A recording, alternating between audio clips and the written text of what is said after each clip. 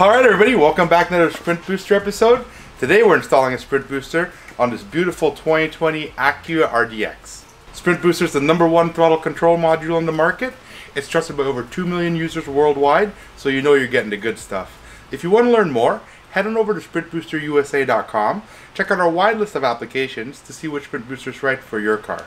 Alright everybody, let's get into the install. So the first step is to take your key fob and put it 10 feet away from your car with the door open. That way your CAN bus system can reset.